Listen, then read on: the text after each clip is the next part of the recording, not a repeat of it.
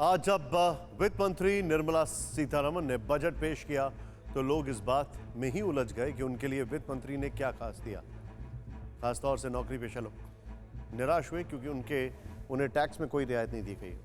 आप भी सोच रहे होंगे कि बजट 2022-23 आ गया है लेकिन टैक्स में कोई छूट नहीं मिली। लेकिन आज आपके लिए समझना ज़रूरी है कि ऐसा क्यों किया गया है।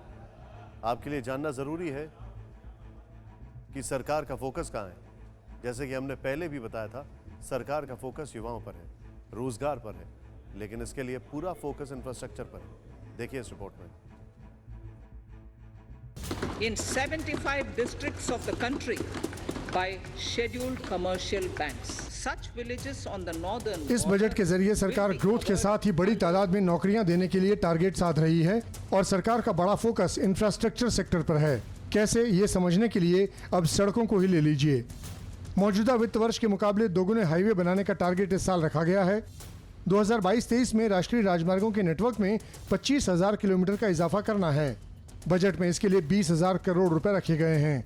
हालांकि ये बड़ा टारगेट किसी चुनौती से कम नहीं है, क्योंकि मौजूदा वित्त वर्ष के पहले 6 महीनों में केवल 3,824 किलोमीटर हाईवेज ही बने हैं। इस लिहाज से 25,000 किलोमीटर का टारगेट बेहद बड़ा है। लेकिन सरकार इंफ्रास्ट्रक्चर सेक्टर को दुरुस्त करने के लिए सिर्फ सड़क ही नहीं बनाएगी, बल्कि अगले 3 साल में 400 नई ट्रेन बनाने का भी लक्ष्य रखा गया है।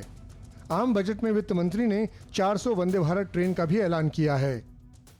निर्भर भारत के अंतर्गत वर्ष 2022-23 में 2000 किलोमीटर के नेटवर्क को कवच के अंतर्गत लाया जाएगा, जो कि सुरक्षा और क्षमता संवर्धन के लिए विश्व स्तर की स्वदेशी प्रौद्योगिकी है। आप वित्त मंत्री के इस ऐलान से ही समझ सकते हैं कि मोदी सरकार की प्राथमिकताओं में इंफ्रास्ट्रक्चर सबसे ऊपर है। सरकार चमकदार हाईवेज के साथ शानदार ट्रेन बनाने की भी तैयारी कर रही है। इसके अलावा 3 वर्षों में 100 कार्गो टर्मिनल बनाने की योजना भी बनाई गई है। इस महा मिशन के लिए पीएम गतिशक्ति मास्टर प्लान भी तैयार किया जाएगा, जिसमें सड़क, रेल, हवाई अड्डे, बंदरगाह, परिवहन, जलमार्ग और लॉजिस्टिक्स इंफ्रा पर भी जोर होगा। मतलब देश की बुनियादी सुविधाओं को मजबूत करने के लिए पीएम गतिशक्ति ग्रोथ के 7 इंजनों से चलेगी। सरकार की सोच है कि बढ़िया सड़कें होंगी तो लॉजिस्टिक्स और ट्रांसपोर्ट सेक्टर भी तेजी से ग्रोथ करेगा।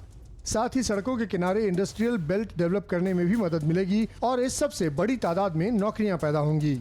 जाहिर है, मजबूत इंफ्रास्ट्रक्चर के भरोसे सरकार आर्थिक ग्रोथ और नई नौकरियां पैदा करने की तरकीब पर काम कर रही है। कोरोना धर्म नहीं देखता, जात नहीं देखता, अमीर गरीब ऊंच नीच नहीं देखता। कोरोना सिर्फ मौका देखता है, लेकिन आप उसे मौका मत दीजिए। बस इतना कीजिए, जब कभी दफ्तर से, बाजार से घर लौटिए तो इतना ख्याल जरूर रखिए, कहीं आपके साथ कोरोना आपके घर तो नहीं जा रहा। भूलिए मत, कोरोना अभी जिंदा है।